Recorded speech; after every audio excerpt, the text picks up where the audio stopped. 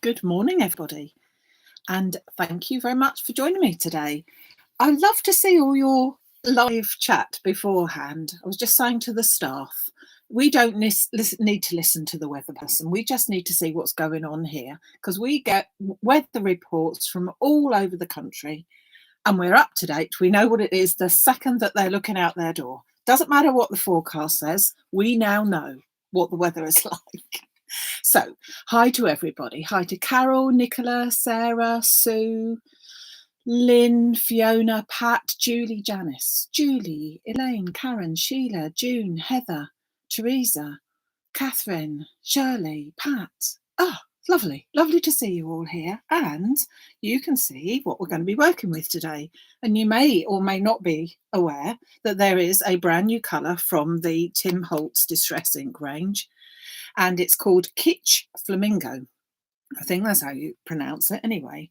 And I have managed to get hold of some. Now, very, very little. I ordered a great quantity and the first batch of it has virtually gone already. So, and before I go any further, unfortunately, all the range of products have gone up in price, a real big hike up in price.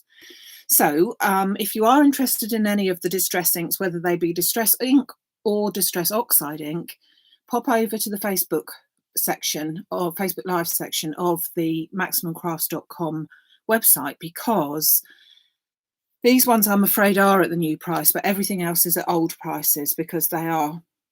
I haven't bought them now, if you see what I mean, that they've been there for a couple of weeks. So you do need to check out if you are thinking of getting any, because the prices have hiked up. However, I'm going to use this because it's pink and I love pink. And so it's a good excuse to be able to use it. And I've got a beautiful embossing folder as well. And this one is called Fanciful Flowers. And it's a pretty 3D one by Sue Wilson, one of the new ones that came out just a couple of weeks ago. So what are we going to do with it? Well, I'm going to make, I'm going to do a frame. Everyone always keeps saying, can you show me how to do a frame? I keep showing you how to do a frame. Do you not listen? But I'm going to show you how to do a slightly different frame today. Incorporating the ink, incorporating my beautiful embossing flower, and a couple of other bits which they're tucked up in this corner. Can you see them? I almost thought I can't show them because I know that there was a big controversy that we couldn't get hold of any, but I have got them and so I've got to use them. These I think were the Mayfield corners from the latest release of John Next Door, and unfortunately they are not available anymore. So, but a little bird tells me that there are more corners on the way, so watch this space. Anyway, so without further ado, let us get going on what we want to do. So I'm working with an A5 card, and so that's an A4 folded in half, and I've already cut out a dark purple. It's called Amethyst. It's one of the foundation cards, and I've already cut that out to, I think it was 14 by 18 or something like that, which goes into the center there. Okay, then I'm going to cut myself out a frame. Now the frame I have used is with a color called Sherbet, which is again a foundation card, and well, both of these colours are really sort of a bit much in your face unless you put them together, and then I think they work quite nicely. So this one is sort of like a bright pink, which goes really well with my flamingo. Funny name, isn't that? Do you think? Mind you, I think a lot of the inks that he calls them are Kitsch Flamingo. I have to say there is not a flamingo in sight because I cannot be doing with a flamingo. I did read about it and it appears that the flamingo is sort of a bit like our garden gnomes out in America, that if you want to sort of, you know, if you have a random flamingo in your garden in America, it's a bit like us having a garden gnome, apparently. So now you know. See, you learn everything when you come to see me. So I have got myself, I'm going to do myself an oval aperture and an oval frame. I have got myself some stitched dot Presscuts nesting dies in oval. So I've got 2 of those, but I've also got a plain one as well. Now I've got these 2 together here because I wanted to check out my sizing and everything before I got going. So I'm going to, on my sherbet piece of card, I have put these 2 together, and I've already taped them, so I'm going to get another bit of tape to do down the bottom.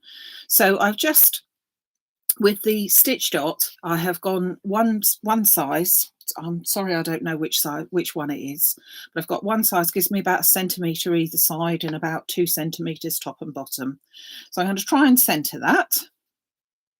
And I have then got one large one, missed one, and then another one. So I'm going to pop those 2 together and cut out like that. Now, whilst I'm doing it, because I'm trying to be clever, but it might not work, because this bit is waste otherwise, I'm going to pop my little corners on because I want them to be cut out in sherbet as well.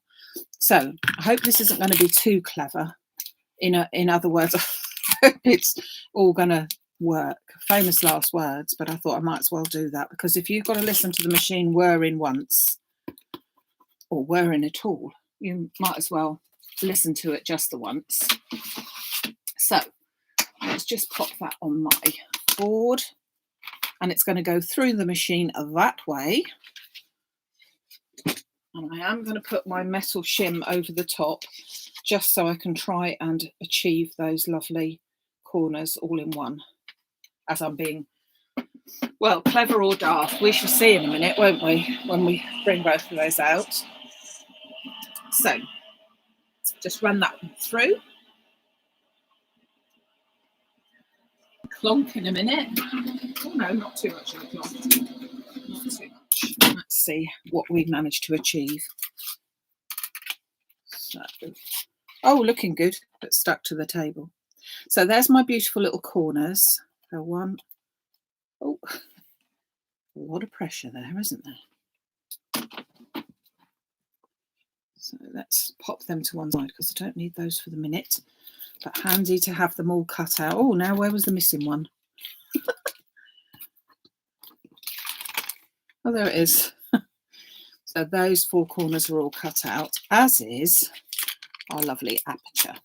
So just rescue these, as they are a bit like hen's teeth, gold dust, that type of thing, or maybe even distress inks, that sort of thing as well. And I'm sure I could use that for something else, but I don't need to use it just at the moment, because this is the bit that I want to be using, which is this lovely frame that we've got there. Okay, so then I'm going to take my aperture, my first layer here, and I'm going to pop that over the top like that, and I'm going to sort of center it as much as I possibly can, because this is only for a pattern that I'm centering it. I reckon it's going to go there, and then my plain oval is going to go into the center. Now obviously, as you can see, there is a gap all the way around, and that's what we want to achieve. And I want to then tape, oh, need another hand, tape that onto my base card like that. Okay, so I'm then going to run that through. Oh, better just take all these little bits. Sorry, you're going to hear a scraping noise now. Comes in handy, that does. That's my metal shim, and it comes in handy to scrape all the little bits off that got stuck there. So I'm just going to run that through as well. So this is then going to show me that pretty colour of the amethyst, both outside and inside the frame. So it's a little bit of a different way to show you how to do a frame today, but I thought we'd have a go with that. So there's my frame there. My other frame is going to sit on the top like that, and we're going to come into the card like that. That's starting to look good already, I reckon, don't you? So then we've got that gap to fill, and for that I have got my lovely Fanciful Flowers embossing folder. So it's a 5 3/4 by 7.5. So I've popped a piece of white card that's a similar sort of size, just a little bit smaller, into the centre there. And I'm then going to run that through my machine. Now, as most of you know and probably saw then, I use different plates for my Gemini than I really should do. But when it comes to 3D embossing folders, I find that the original plates, so I've got just 2 clear ones, are perfect for that. So I don't use my Gemini plates to cut anymore because they warp far too much. But these ones I use just for the embossing folders, just the 3D ones. So I've got 3D there, and I'm putting that through my machine, and that is just ordinary white card. It isn't anything spectacular, just ordinary white cards.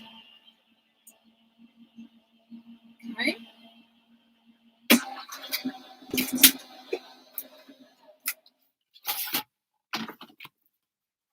And you can see what a beautiful effect. Lovely, isn't it? That one has. So that is going to go. I need to trim it a little bit more, I think. Yeah, because it can't be any wider than this one. Oh, it's not actually. It's just about right. So that is going to pop through, but I'm going to use my lovely Distress ink. So Distress ink is ideal for all sorts of things, but when you've got these beautiful 3D embossing folders, which seem to be all the rage this year, I reckon stencils were all the rage last year, and this year everybody seems to be doing embossing folders, and they're the 3D ones, so they're really crisp, deep image, but they're so beautiful, all different sorts. So all I'm going to do with this Distress ink here is I'm going to take the whole of the pad. I'm not using the oxide. I just want to use this. And I'm just rubbing that over my pattern. So all that's done is it's picked up the raised parts. It hasn't gone through to the bottom parts. So anything, because it's such a deep impression, it works really, really well. And so then when I get my pieces together here, that's going to go straight down there. That's going to go on top. We've got that lovely pattern coming through from the other side. So I'm going to start to put a few bits together now. So I'm going to get the glue started. Right, and I'm just going to pop some glue onto the back of my embossed piece first. Pop that straight down. I think there's a right and a wrong, so I'm going to, yeah, that's better. I'm going to pop that there. Just press that down. There we go. And then I've got, oh, hold on a second. There's someone at the, it's all right. There was someone at the door, and it's all right, the staff are going. Okay. Staff are doing very well at the moment, you know. They really are. Exceptionally good job the staff did on something that I'll be able to show you another day, but yesterday was exceptionally good. Now, you see what I'm going to do here. If you were with me on Wednesday, I said that I'll have a plain piece of paper like that, which will fit both ways, but I have to turn it over to put the glue on, because I could put it on there, but no, do I? No. Okay, so just going to pop some glue all the way around there. And that is going to go over. Whoops, try and get it centered. There, so that I've left a white border and I've got my lovely embossed one showing through, which I think looks pretty good. Okay, so now we're going to do our frame. So with our frame, I need to raise that up a little bit. Okay, so I need to put some foam onto it. And I also need to cut it out twice to give it a really firm thing. So I've cut another one out before, and that is going to go directly onto there. I just think that because it's quite a deep frame, it needs a little bit of an extra support there. So I'm just gonna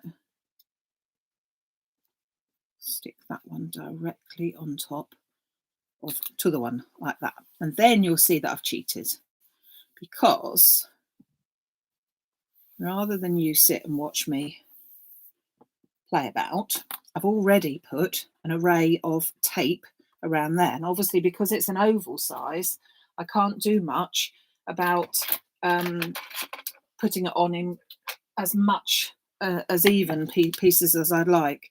I've just noticed there's a gap there. So I just want to put in as much as I can onto the foam, onto my frame.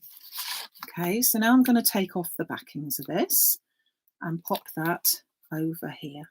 So as you can see, this is a different type of frame, but the theory is the same. If we want that piece to show through in the middle, we've got to make that the smallest aperture. And I always do it so that I can see what size it should be by making the biggest one first. And to me, that works quite well. I will keep on visiting frames because it is something that people like to see. And I think that if you're doing them in different shapes as well. We haven't done an oval one for quite a while. So let's just pop a little bit of glue onto here. Dum, dum, dum, dum, dum, dum. Turn it over. Hopefully don't drop it. And then I'm just going to hover it above, because the oval is just a certain shape. It needs to be, I was going to say square, it needs to be oval, but of course it needs to show through. Okay, so now you can see that we've got that lovely pink flamingo pink that I've picked up from there, which is nice. And then we have got our lovely frame over the top, which sits above it. And now I'm going to put my corners on, and I'm going to mount them on with a bit of my lovely sticky specks, isn't it? And I know this is just about coming to its end, so I want to make sure that I have got the sticky of it. If you hold it up to the light, when you are coming to the end of yours, if you hold it up to the light, you can see where the actual stickiness still is. And I know that there's not a lot on there.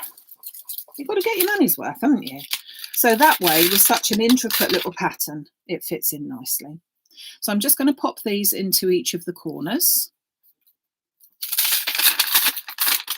And if you haven't got corner embellishments, you could use some pearls and that type of thing, would look really pretty. Or if you might have the old corners as well, they would look very nice as well. Just popping these into each of the corners, which is looking pretty good. Now, can't have one of these without a flower. And what flower? Well, a poinsettia, of course, she says. Now, I know that sounds a bit of an odd combination, but I don't think that this flower looks any more like a poinsettia, unless you do it in red, than any other flower.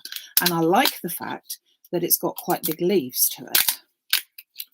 So, or petals, I should say. So, I don't think I'm going to use those two ones. I've cut it out just in the white card. And I'm just going to take the 4. So they're all down in different sizes. There's no replication of the different sizes. So there was 7, is there? 1, 2, 3, 4, 5, 6, 6. And I've got the first 4 sizes. And I want to take a piece of scrap card, she says, looking around for such a thing. Well, I can't find a scrap. Oh, I know. Well, let's go for scrap paper.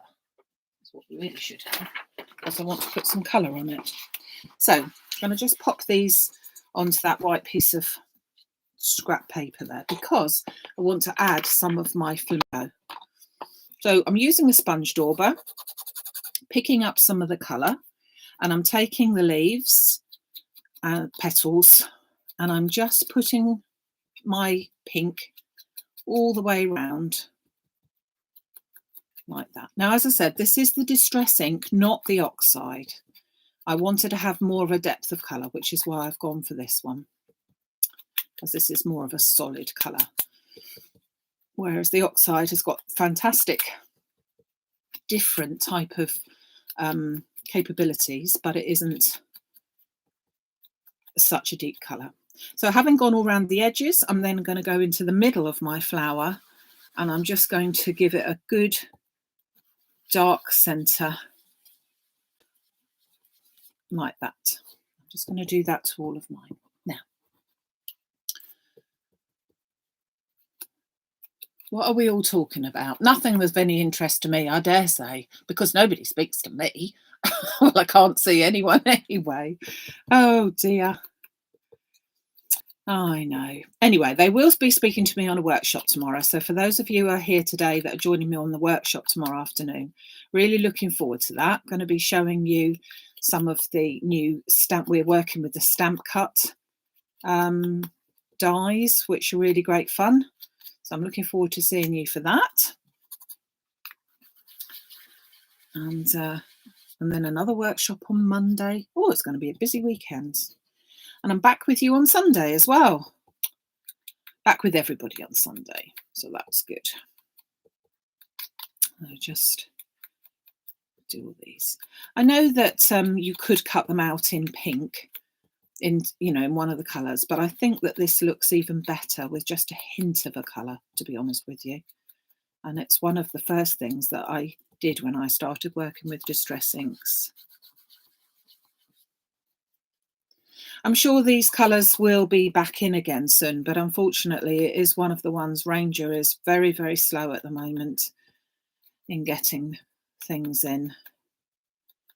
And as I say, unfortunately, hiked the prices up. Somebody was asking, I did see that, somebody was asking about the sprays and things. I'm afraid I don't stock the sprays. I only stock the ink pads. So I have made my 4 layers up, and now I'm just going to do a little bit of moulding. And with this one, I'm just going to take each of the petals and I'm going to sort of almost fold them back on each other. So I'm not folding them in half, not least of the fact there isn't a half to fold. You know, they're not symmetrical. But I'm just putting my finger underneath it and then just using my finger just to form the actual shape as such. So I'm just folding around my finger that's on the bottom and just giving it a bit of a push, and then just going to go up like that with them. Okay, so again, just sort of trying to almost fold them in half and then pull them up a little bit.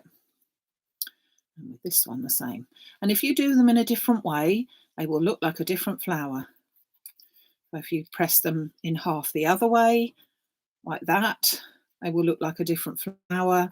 You can cup them, you can do the usual bit from the other side. So I'm just doing it in a different way. But each way that you do form the flower will make the whole flower look quite different. So I've now pushed all those up. I'm going to take some of my glue glaze and I'm going to pop a bit of glue into the centre of the biggest one, and then put the next size down and slightly offset the petals if I can. And I should have something really to hold on to it by. Whoops. Now, I haven't got a moulding mat underneath here, so it's not going to mould it, but I just wanted to hold it. So glue into the centre, next size down, slightly offset it, and just hold it there. Like that. And then with the last piece, do the same as well. Just slightly offset. And because I've done it in the pink and white, I don't think personally, if someone said to me, what flower was that? I don't know that you would necessarily know that that was a poinsettia to start off with, would you? Well, I don't think so anyway. In the centre of that little beauty, I'm going to pop a little bit of glue, and And I'm going to put one of my pink crystal gems into the centre and just hold that down. And it gives me a chance when I'm holding it down just to fluff up my flower like so. And also I want to get myself a little sentiment. Now for the sentiments, I'm going to choose the word fragments that I've used before, and I'm going to choose Thinking of You. I think we'll go for is a Thinking of You. I'm going to pick it up with my acrylic block, which has got I don't know if you can see that, it's got the lines on so that I can be sure that I've picked that up and it's absolutely straight like that. But obviously if you're not keen to do it like that, you can do it on a stamping platform, but I'm happy to do it with that. And I'm going to use my same flamingo ink just to ink my stamp up, and then I'm going to pop it down in this corner of a piece of white card so that I don't have to have too much that I need to cut around.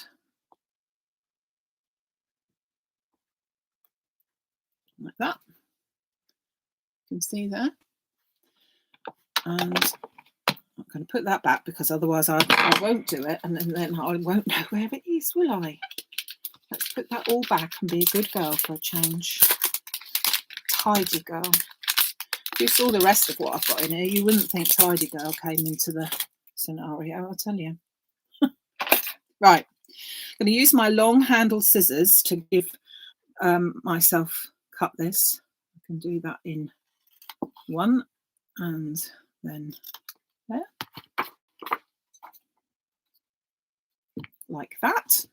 And then I'm going to pop a little bit of foam onto the back so that it raises it up slightly. Oh, throwing it about now.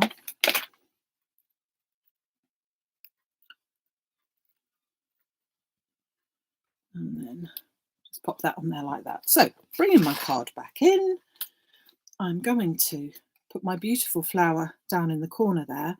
Now normally I would add flourishes and leaves and things like that to a flower, but in actual fact I think that with all the beautiful embossed pattern that goes on there, it kind of looks almost as if I've got that on there. So I didn't want to detract from my lovely bit in the middle, so I'm just going to pop the flower and then my little Thinking of You down the bottom.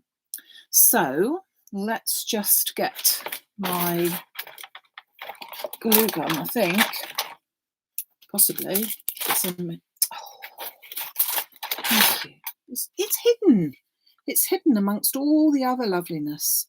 I'm just going to pop this on with a bit of hot glue gun with my flower because I think that will hold it a bit better because I've got the different depths of my frame. So I just want to make sure that, and also I've got this lovely embossed bit that it might be not quite so easy to get it to stay stuck.